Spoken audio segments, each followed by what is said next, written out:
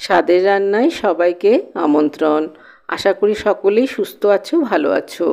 আজকে আমি তোমাদের সঙ্গে শেয়ার করছি অনুষ্ঠান বাড়ির স্টাইলে আমের চাটনি। প্রথমেই আমগুলোকে খুব ভালো করে খোসা ছাড়িয়ে এরকম পাতলা করে কেটে নিয়েছি।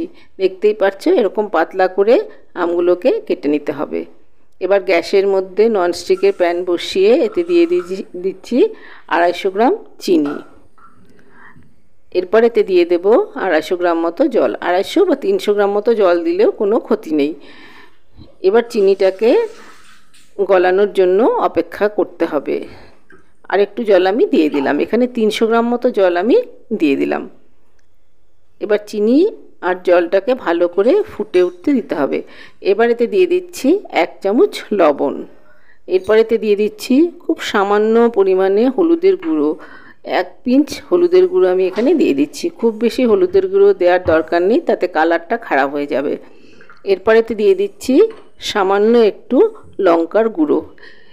যে কোনো চাটনি বা আচার একটু টক ঝাল মিষ্টি খেতে ভালো লাগে, সেই জন্য এখানে আমি সামান্য একটু লঙ্কার গুঁড়ো দিয়ে দিলাম। এরপর এতে দিয়ে দিচ্ছি 1 চামচ মৌরি।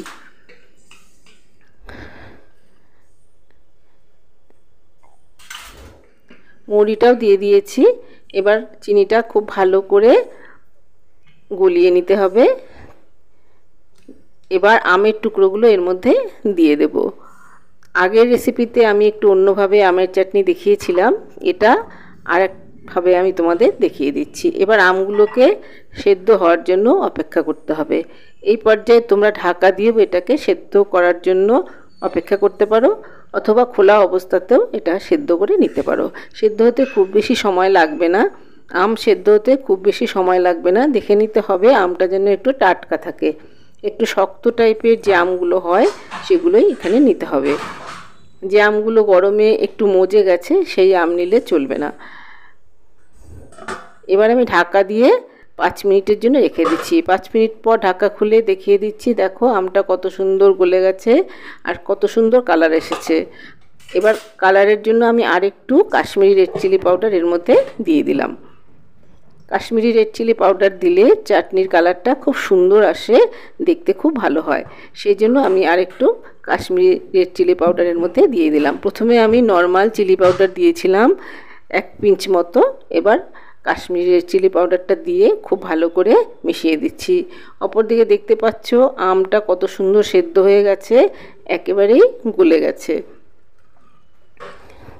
আরও একটু এটাকে ঘন করব বলে আরও কিছুক্ষণ এটাকে আমি জাল দিয়ে নেব।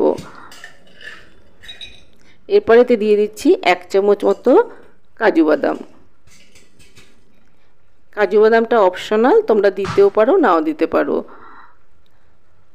এরপর এটাকে খুব ভালো করে নেড়ে দিচ্ছি। এখানে তোমরা কিশমিশও দিয়ে দিতে পারো, যার যেমন খুশি কিশমিশ কাজু বাদাম এর মধ্যে দিয়ে দিতে পারো।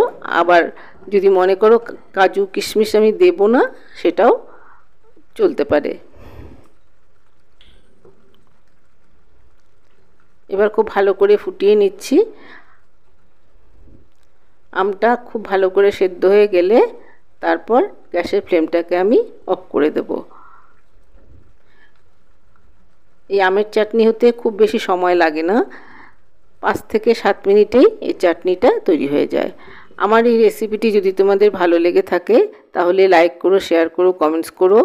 বন্ধুদের বলছি ভিডিওটি পছন্দ হলে লাইক করো, শেয়ার করো, কমেন্টস করো আর বেল আইকনটা ক্লিক করে দিও।